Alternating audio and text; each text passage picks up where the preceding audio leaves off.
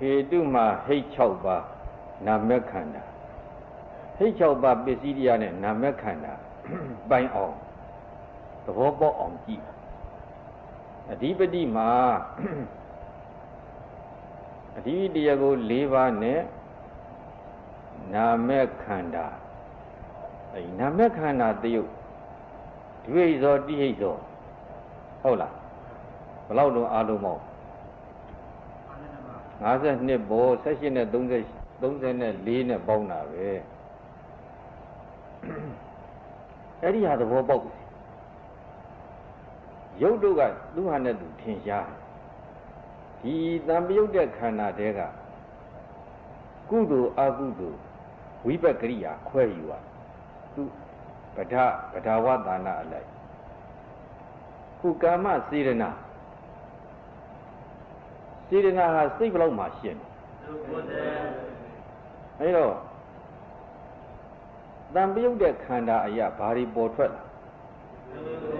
Say the Fuyo Gude, Ada Gudo, Abieso, Agudo, Abieso, Wibakria, Abieso, do Patawa Dana like where do you? Barito Ale, he do a dying Suvaro. Now by Jama Bar, Sirena, what told us, he did not bar. Sirena, what told us, Ragadi, Gudu Sirena, Agudu Sirena, Arisi Naga, Haria, what to? Now we were Gria, Lema, we baga Biagada Gria, we baga Biagada Gria, Biagada. We baga Biagada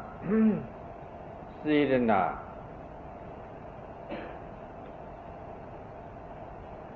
Ediaga Sirena, we baga Biagadana Kandana, Hola Kadadaza Rubana, Badidani ma. Hogala. We baga Biagada Sirena. Namyodagana, Kandana, Kadadasa. I Kadada, Haria would do that, Kadada, you tell Bara. I know Haria would do Namakana is Haria would do Dimi Nijaya. Haria would do a young Namakana, a Jew. And a Badidani cannot mado. He never can hurry out to go beyond Jesus. You are a that will sit in our water. My body do you?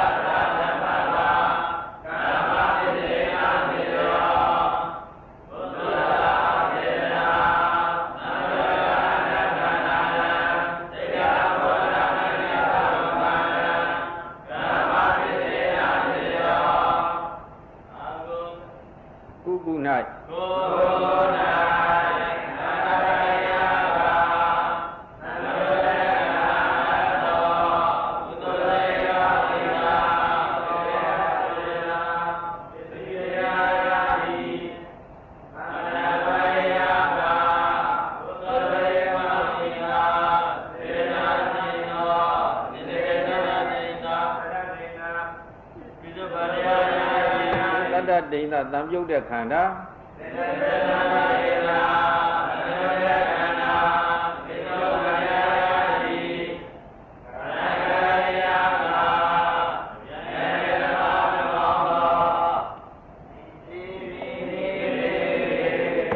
Duya the Bagaga, ha, wow, Dilumula, ha, wow, ha, ahara. Eri ahara, Gudala Brahma, Laina Malina. Agudala Brahma. ဗျာကတပရမှာလိုက်နိုင်တယ်အဲ့တော့ဟိုသဟလကအတိုးဆုံးနဲ့နှစ်လေးကရိုင်းပါကြီးရက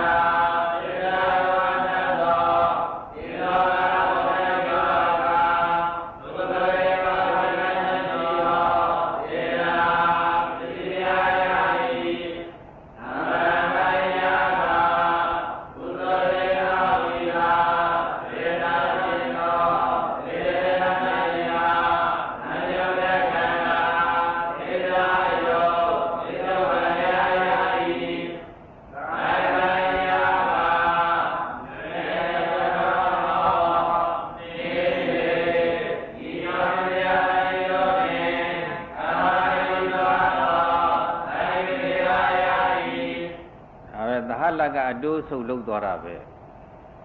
ကုဒါတံပြုတ်တာအညမညာတံပြုတ်တာကုဗျာဝိပယုတ်တာကုဗျာတခုမှမလိုက်နိုင်ဘူးအကုသလဗရဒ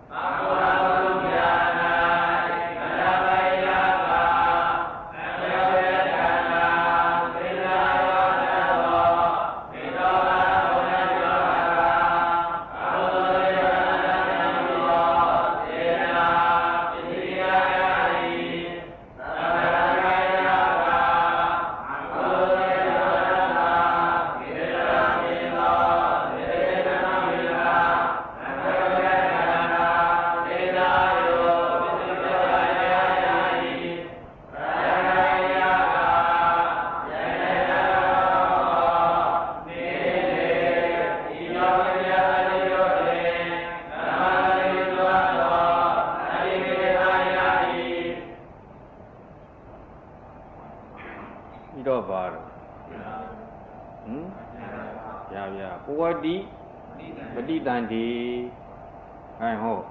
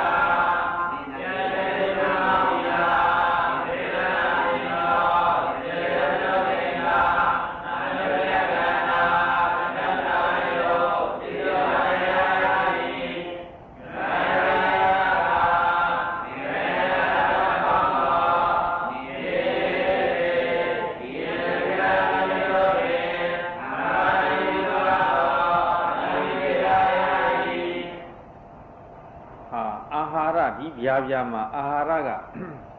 တပြိုင်နဲ့လိုက်နိုင်သလားမလိုက်နိုင်ဘူးလိုက်နိုင်တာပေါ့ဒါကအင်ညကတော့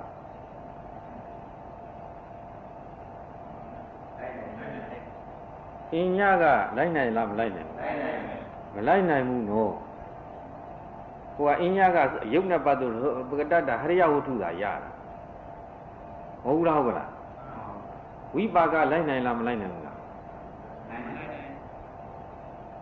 မလိုက်နိုင်ဘူးနော်သူကကရိယာမပါဘူးဒီပဋိသန္ဓေခါသူတပြိုင်နဲ့လိုက်နိုင်သလားမလိုက်နိုင်ဘူးလားဝိပါကလိုက်နိုင်တယ်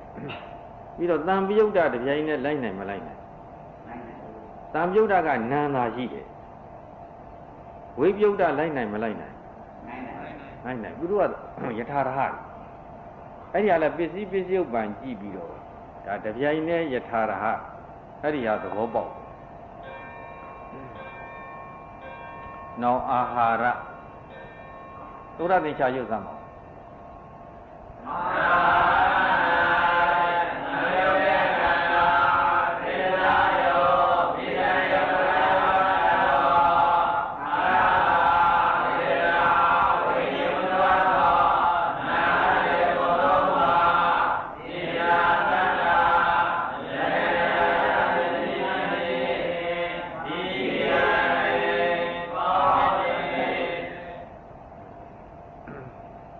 ဖတ်တစေရနာဝိညာဉ်တဲ့ပစ္စည်းတရားဟောတံပြုတ်တဲ့ခန္ဓာအဲ့တော့တံပြုတ်တဲ့ခန္ဓာဟာပစ္စည်းဖတ်တစေရနာဝိညာဉ်ကိုကြည့်၍ဘယ်လောက်ထွက်လာစိတ်80နဲ့ဘိုးထွက်လာတယ်အဲ့ဒီဟာကုသိုလ်အကုန်ပေါ့အကုသလပဒမှာအကုသိုလ်အကုန်ဝိပက္ခရိယအကုန် Dadu Bata Wadana are Leoswa, a damn yoda canago, Wibunya quetuli. Anyhow, Kadava, Karaimba, Kadava, Namatamba, or Karaimba. Karaimba Jaro Kajaro, do a Dika a deeper dinner the Vaga Pita, Pedihu. Winyana Harane, Zeta Divi. Hello, dear Dividia, Aguduma, Line, Agudana Batama, Line Malay. Eh? Line no. Now, Diga, Kamane, the Vaga Pita, Baru. Didn't how to go the Amdu. A Riane, the Vaga Pita, Baru. Do Diego Yoba, do Benin Diego Yoba. Winyana Harane, Manindri. I know. He got a Domagaru.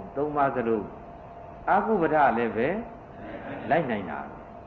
I know the hanging got Duvane, Penabizio, Lepizi. We don't go the hard like Yaro. A do solo. Kuku Soyen, Inyaminya, Namyoda. Ku Yazoyen, Widoda. Kuku Yazoyen, Maya. I don't le. A crime. Oh.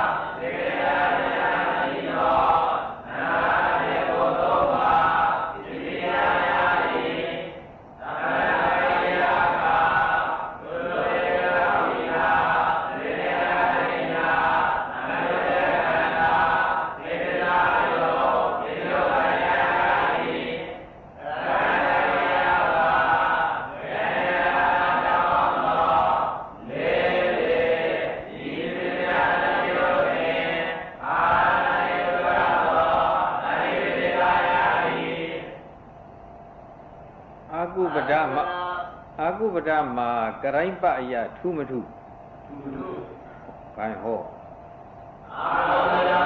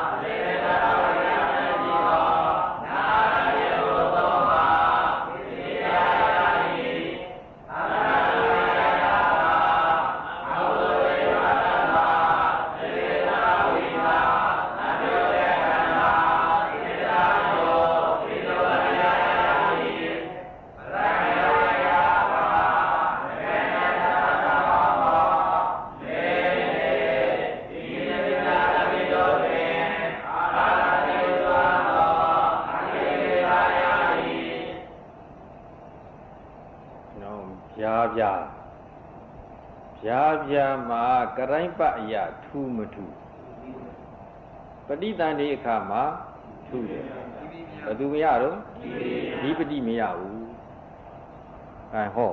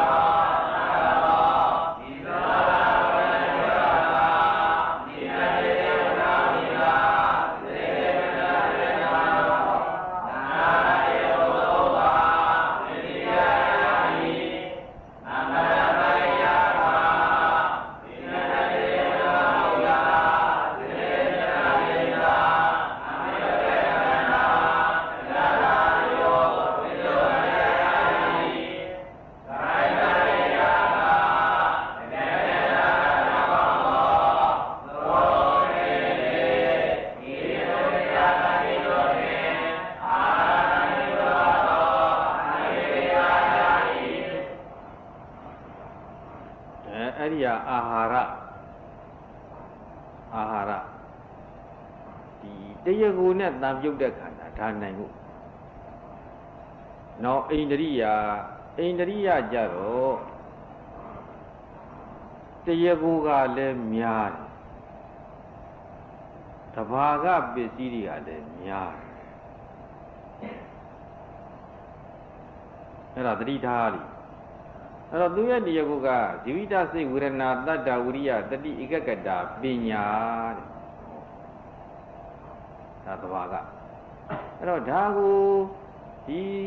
ပစ္စည်းတရားကိုအကျဉ်းစားကြည့်ုံနဲ့တန်ပြုတ်တဲ့ခန္ဓာဘာထွက်လာတယ်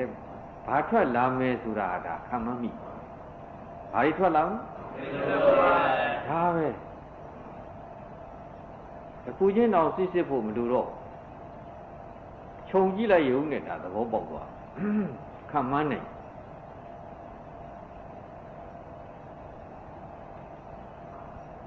အဲ့တော့ဒီတရားကိုအရင်ပြောမယ်ဆိုရင်ဇီဝိတကုသိုလ်အကုသိုလ်ဒီတရားကိုတွေကိုကုသိုလ်အကုသိုလ်ခွဲကြရအောင်ဇီဝိတကုသိုလ်မှပါမပါပါတယ်ရှင်မရှင်ပေါ့လေဇီဝိတတတ္ထာဇီဝိတစိတ်ဝေဒနာယူလားဟုတ်လားစိတ်ဇီဝိတစိတ်ဝေဒနာဇီဝိတစိတ်ဝေဒနာတတ္ထာဝိရိယ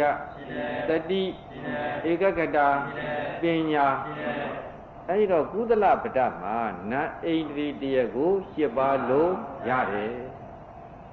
အဲဒါကုသလပဒမှာ7ပါးရ၏နောက်အကုသလပဒမှာဇီဝိတရှင်မရှင်စိတ်ဝေဒနာတတ္ထာဝိရိယတတိဧကကတပညာအဲ့တော့မရှင်းတာဘယ်နှပါလဲ3ပါးအဲ့ဒီ3ပါးဘာလို့တတ္ထာတတိပညာအဲ့တော့ရှင်းတာဘယ်နှပါလို့5ပါးအဲ့ဒီ5ပါးဘာတွေတော့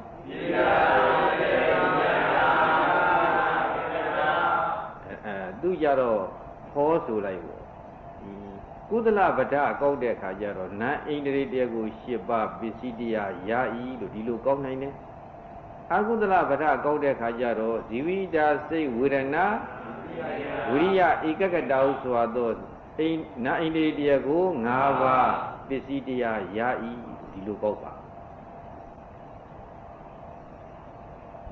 ပြီးရောအဲ့ဒီဟာပစ္စည်းဥပ္ပံကတ္တပတ်နဲ့သံပဒ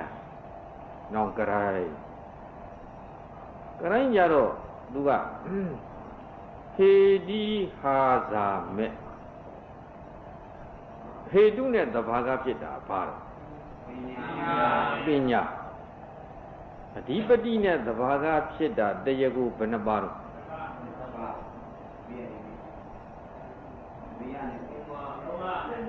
သန္တာဓိပတိမှတပါး3ပါးဟောရ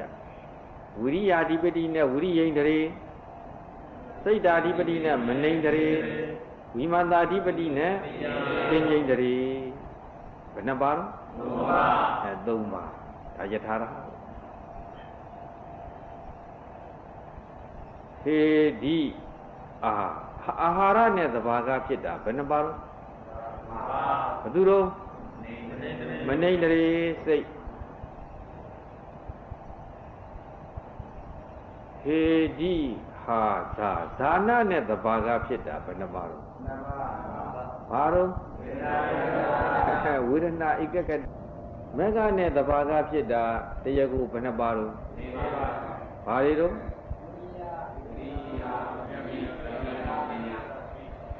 ဘာလဲဝိရိယရဲ့တတိရဲ့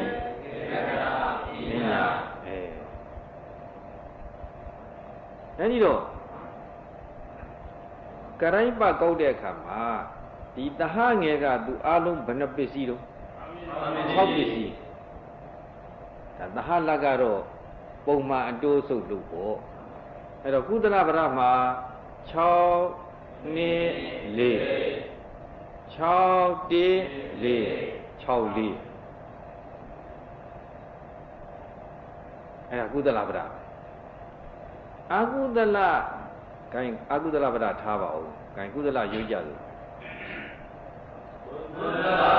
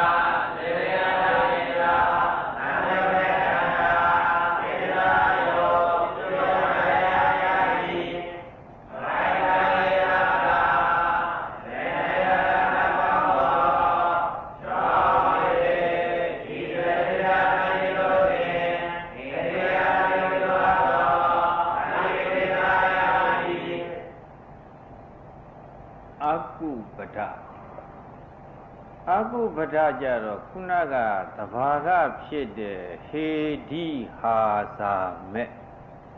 ဘယ်သူမလိုက်နိုင်ဘူးဟေဒီဘာဖြစ်လို့မလိုက်နိုင်အာကုသို့မှမရှိ तू ကအာမောဟအာမောဟနဲ့ဒီတရားကိုတစ်ခုနဲ့သာသဘာကဖြစ်ဒါအာကုကြတော့ तू မလိုက်နိုင်တော့ဘူးအဲ့တော့သဟငယ်ဘယ်နှပစ္စည်းသာကြံမလို့ငါပစ္စည်းအဲ့တော့အစဉ်တိုင်း9နှစ်4 5တစ်4 5လေးအဲဟောအာဟုတ္တ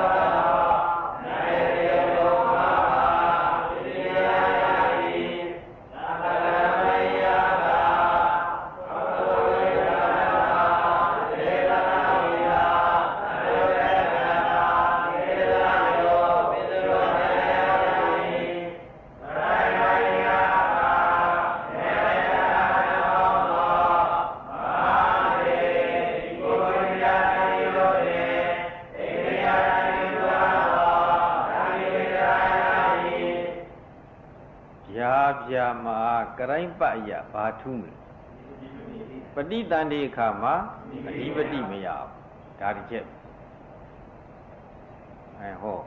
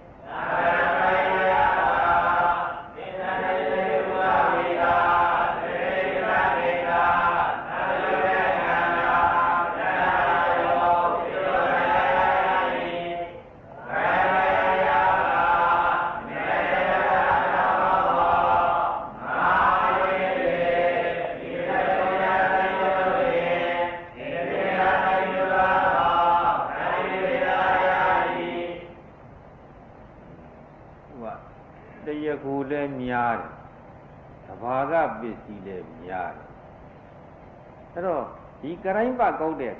the Jaina Yatarahaku, who the Adria, Nenesis Higia.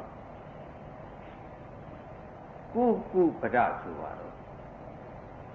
Kuku Brahma, Chow, Ne, Li. Pero the Hange, they got the Vagaro, the Vaga Bisiga. Yataraha, Lina Nesuraga. To live Paul at the Boshi. Pablo Rosro, the Yago, the Kunaku, the Uloneda, the Lura the Vaga Pitago. Adria, the Yago, she the law, drew line nine alarm, line nine. Malina, Arido. The Hange, the Vaga Bisidi, Yatara Bisidi. The car, the Haji.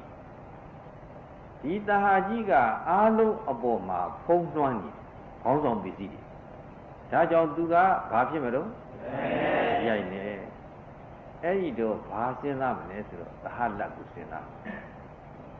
Aku Mude Jomaga, Kugu Mude Jome. In the Ria, Kugu. You know? Kugu Mude Joro. Nelu, in Yanet than Yuda Suramula. I don't in Yaha. Belu Line.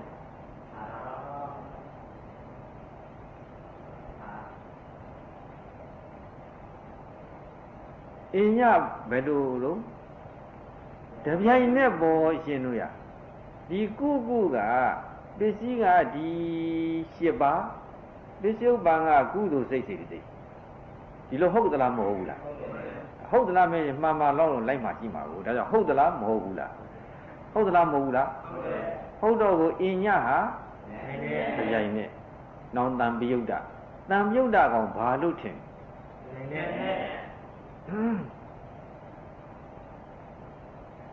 သူကနာကြီးတဲ့ကိုဒီကုကလည်းနာကြီးတဲ့ဆိုတော့ကြိုင်နဲ့အဲ့တော့ဒီကုမှာအာလုံးကရိုင်းပဘယ်နှပစ္စည်းရမလို့ခုနဘာလို့6နှစ်4 6နှစ်4ဆိုတော့ဘယ်လောက်တော့အဲ့ဒီ7နှစ်ထဲမှာတပြိုင်နဲ့ဘယ်နှပစ္စည်းလို့ယထာရဟဘယ်နှပစ္စည်းလို့အဲ့ဒီကနားတယ်အခြားဟေတုစားတဲ့ကုယူဆပုံကြီးလည်းဒီသဘောပဲနော်ခုဒီနေရာကမှပေါ်ပြောလိုက်တယ်နောက်ကုပြပြောတဲ့ခါကျတော့သူဘာတော့6 1 4အဲ့တော့သဟာငယ်ကတော့ပြောစရာမလိုဘူးလေသူငွားတဲ့ပုံတီပြောပြီးသားယထာရဟဒီလိုမလားအဝိပယုတ်တအဲ့ဒီဝိပယုတ်တဟာ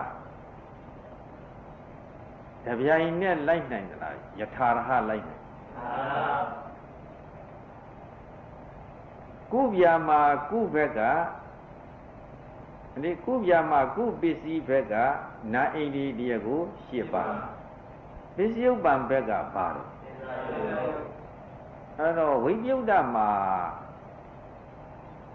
ဒီနာအိန္ဒိတရားကိုပစ္စည်းဘက်က8ပါးလိုက်နိုင်မလိုက်နိုင်ဝိပယုတ်တပစ္စည်းကလိုက်နိုင်မလိုက်နိုင်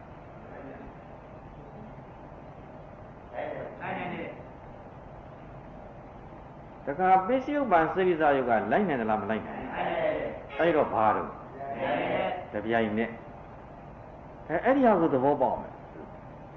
အဲ့တော့ဒီမှာကုဗျာမှာတပြိုင်နဲ့ဘယ်နှပစ္စည်းကိုယထာရဟယထာရဟ6လား5လား5နဲ့6နဲ့ပေါက်တော့ငါ6ပေါ့ကွာလက်ဖက်ကြီးညီလေးရရင်ကတော့ဟာလေငံလို့ရှိရင်ကတော့သွေးတက်ပြီးသားမှတ်ပြီးတော့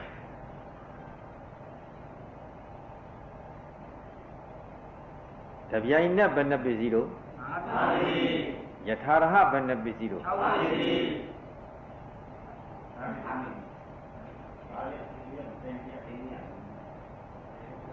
ဟမ်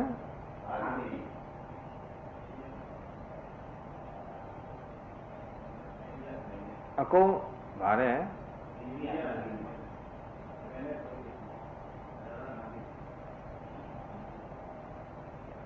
အဲ့တော့အိန္ဒြိယကိုသူကမူတယ်ပြောရတာကိုအဲ့တော့သူကအိန္ဒြိယကသူမူတယ်တဲ့ဟာဟူသေးကတော့သူတပြိုင်နဲ့ကြီးတယ်လာမှာပေါ့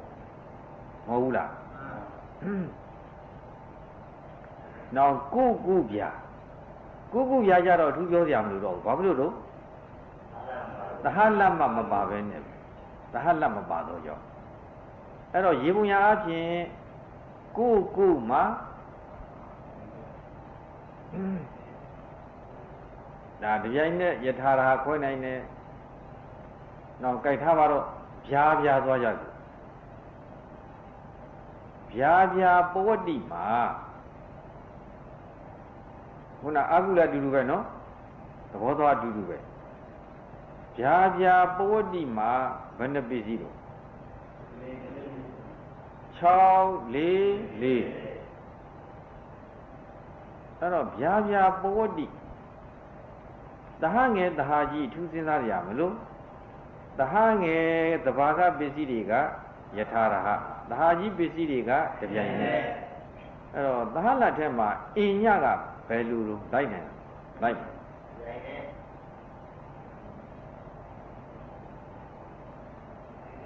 နောက်ဆုံးဟိုအင်ညကဟရိယဝတ္ထုသာပါတယ်ဗျဒီကစိတ်တစားယုတ်ဟောနမခန္ဓာလောက်သာလိုက်နိုင်တာဟရိယဝတ္ထုဆိုတာလည်းပဋိသန္ဓေကမ္မစယုတ်တွေကယထာရဟသာလိုက်နိုင်တယ်နမခန္ဓာကတော့သူကဘာတော့အကုန်လိုက်နိုင်တယ်ဝိဘကရိယာလေပြီးတော့ကိုဝိပါကဘာထင်နော်ယထာရဟတံပယုတ်တဘာထင်နော်နမခန္ဓာသာလိုက်နိုင်တယ်နော်ဝိပယုတ်တဘာထင်နော်သူကယထာရဟ လို့လည်းဆိုနိုင်ပါတယ်ဘာလို့ဆိုတော့ပင်စောကာရနာမခန္ဓာကိုသို့တော့ပင်စောကာရနာမခန္ဓာထဲမှာဒီနာအိန္ဒြေတရားကို၈ပါးတွေရနိုင်မရနိုင်ရနိုင်တယ်အဲ့လိုယူဆလို့ရှိရင်ဘာလို့တပြိုင်နဲ့နောက်ပဋိသန္ဓေအခါပဋိသန္ဓေအခါမှာအင်ညဘယ်လိုလိုက်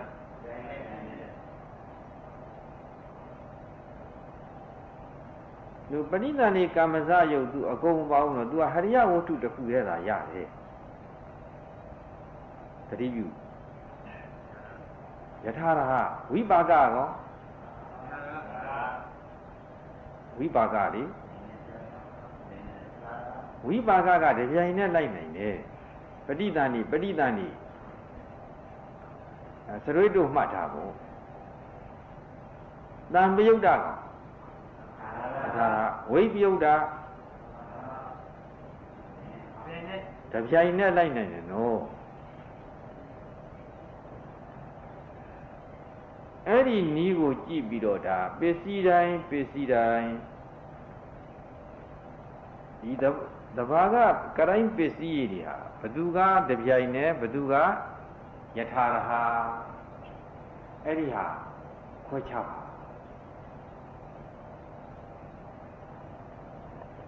အဲ့တော့ဟေတုအဓိပတိကမ္မအာဟာရဣန္ဒြိယနောက်ဇာနကုသလနိဇာနင်္ဂာနိဇာနရဲ့တရားကိုကဝိတက်ဝိสารပီတိဝေဒနာဧကဂတသူနဲ့တဘာကဖြစ်တာကအိမ်မဲ့ဣန္ဒြိယနဲ့တဘာကဖြစ်တာတရားကိုဘယ်နှပါးလဲဘယ်နှပါးလဲဘာတွေတော့ဟမ်ဘာလဲဝေဒနာဧကဂတနောပိုင်အောင်လို့မေဃနဲ့တဘာကဖြစ်တာတရားကိုဘယ်နှပါးရှိဘာလို့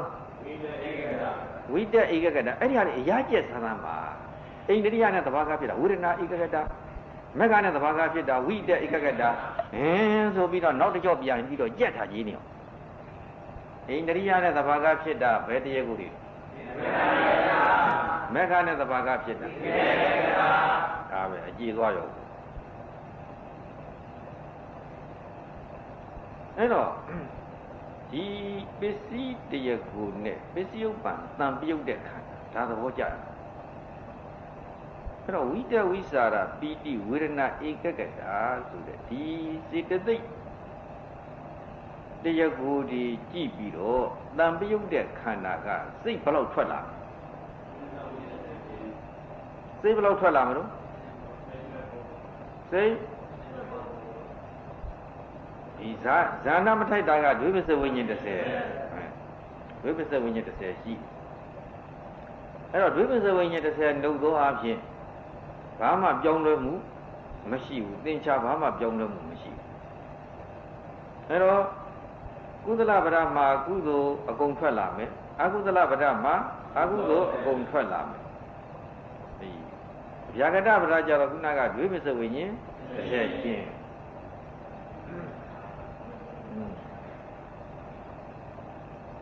အဲ့တော့ကုသလပဒမှာ